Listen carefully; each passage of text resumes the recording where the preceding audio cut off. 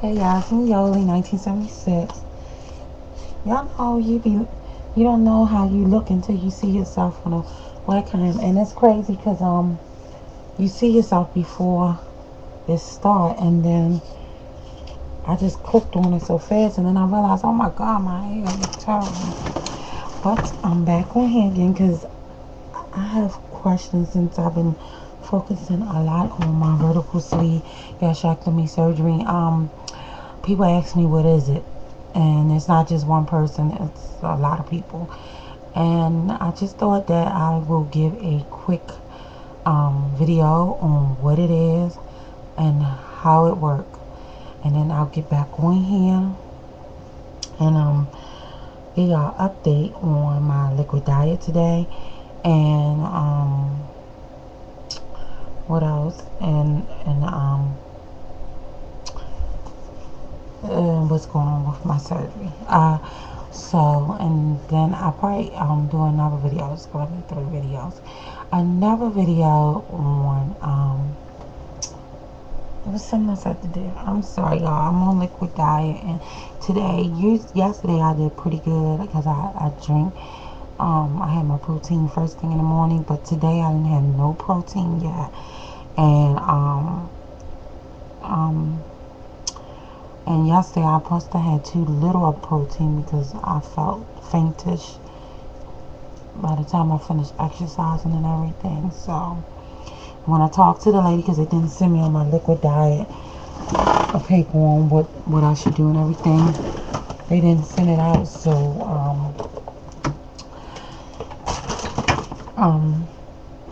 I didn't pretty much know what to do. Yeah, you go through the class, but what they teach you in the class with Kaiser is different from what the doctor wants. So I needed to know what he wanted, because the first day, because I didn't know anything, I ended up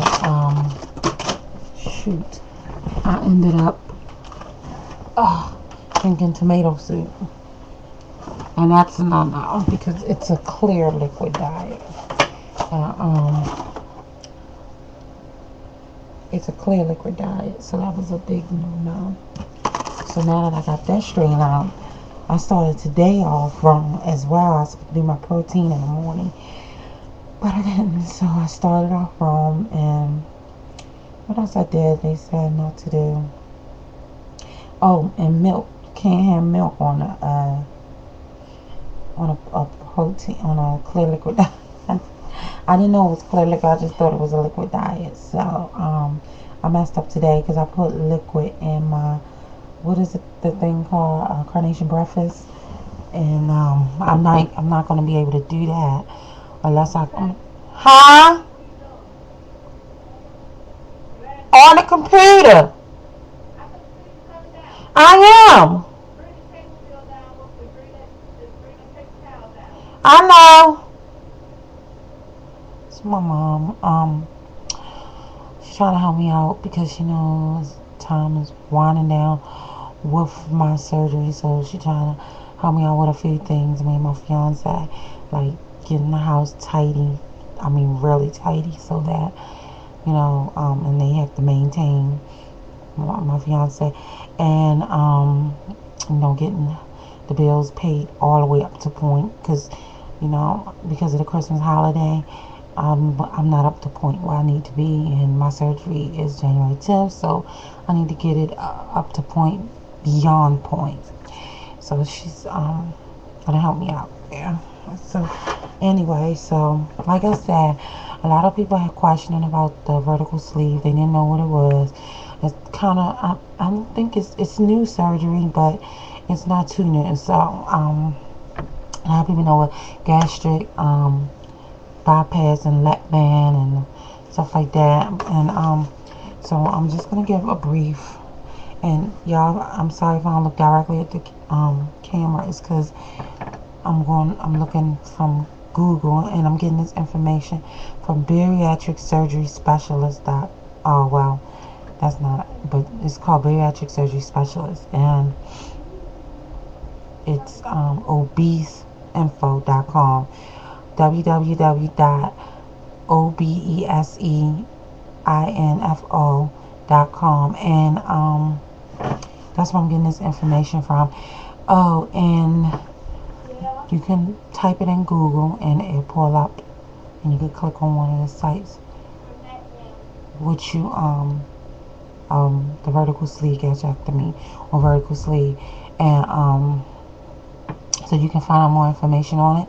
And also you can also put it in the YouTube search browser, the search bar, and it be people in there talking about it. Also it'll be I think it's a picture of it, how it works and everything. Shows a little picture and everything. So okay, so let's read and I'll tell y'all about it. Gastric sleeve, vertical sleeve gastrectomy. And I gotta keep in track of time. The vertical sleeve gastrectomy is a restricted form of weight loss surgery in approximately 85% of the stomach.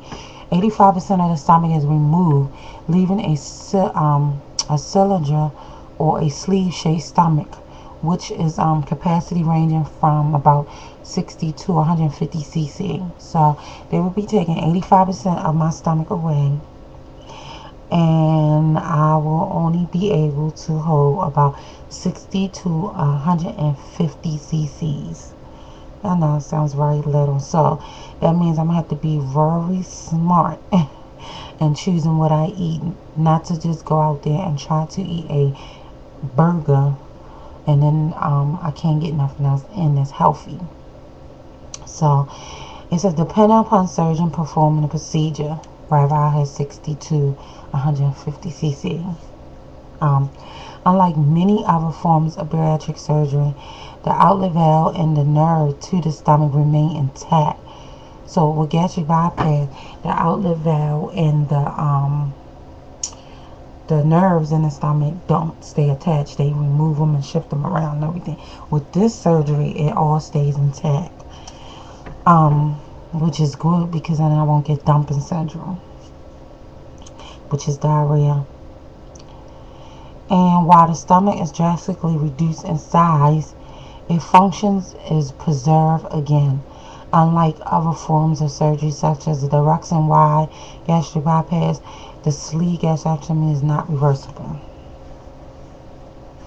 So it's not reversible. Once it's done, it's done. The Ruxin Y is and the gastric bypass and is reversible. Also the lap band, all of that is reversible. But the gastrectomy is not reversible. And I'm not sure if you would want somebody to go back in you and reverse things around. But the lap band, I thought about doing a lap band as well, but I choose not to because it's a foreign object in my body. The gastric bypass I choose not to do because it had a high mortality rate. So I decided to go with the sleeve because it had a low mortality rate. Right there, it was right there with lap band, and great success, higher success than the lap band. So that's some of my choices why I decided to go with it. Because the new stomach continues to function normally, there are far fewer restrictions on the food which patients can consume after surgery. The quantity of food eaten will be considerably reduced. This is seen by many patients as being one of the great advantages of the sleeve gastrectomy, as the fact that the removal of majority of the stomach also results in a virtual elimination of hormones produced with stomach, which stimulate hunger. So we have hormones in our stomach that stimulate hunger and make some people hungrier than others, because they have them hormones. And with this surgery, they eliminate the hormones. So how great is that? You will not be hungry, So not totally not hungry. You probably will be hungry, but not as hungry as you. Like for me, I would be hungry all day. Just want to eat all freaking day. Okay, so this would control that. So Let's see how much time I'm working with. Okay, we got 10. We had 10. So, okay. Alternative name is vertical sleeve gastrectomy, greater curvature gastrectomy, parietal gastrectomy, gastric reduction, and vertical gastroplasty.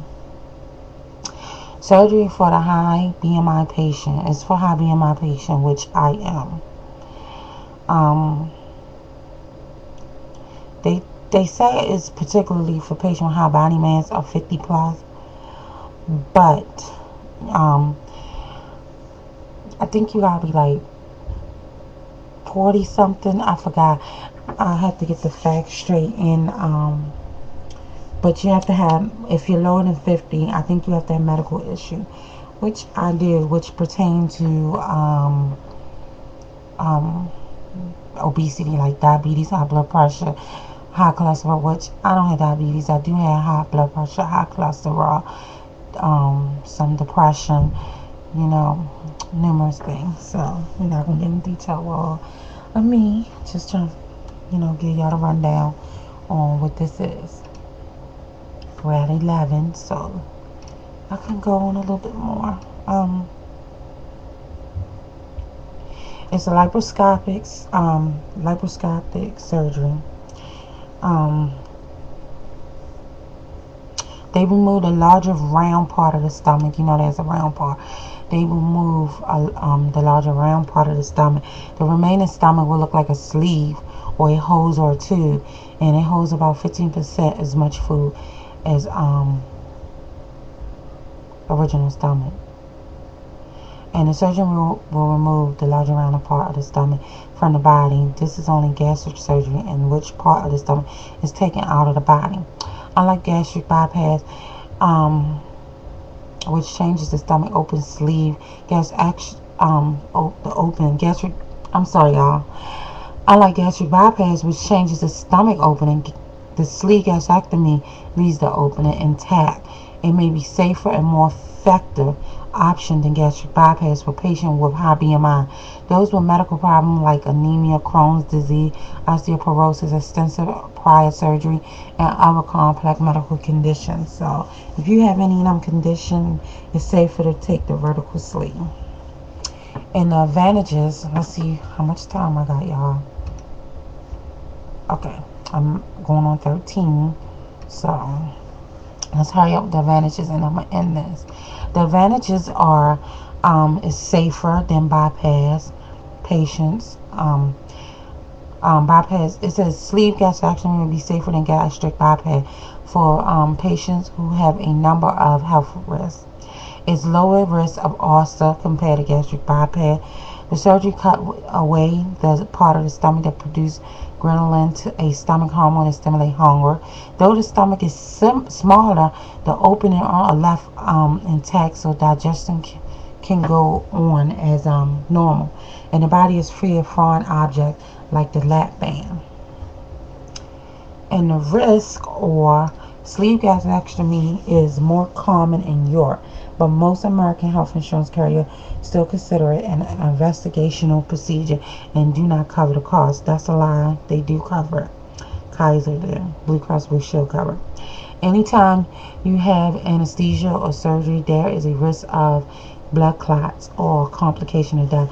With any surgery, there's a risk of blood clots. So, okay, so don't get it twisted. It's just that after you had a surgery, you need to get up and walk and get it moving, because when you go under anesthesia, that's what causes the blood clot, not the surgery itself. Do not smoke. Smoking would put you in high risk of infection of blood clot, so don't smoke. Complications can occur with staples, such as leak or bleeding. Now, there are some complications that I heard on here people do get, but they're not, as I looked at the statistic, and it's not often. So, and there's always complications with any surgery. Yes, they're using staples. You may need malabsorption surgery, intestinal bypass, or duodenal switch in addition with the sleeve in order to lose all the weight you need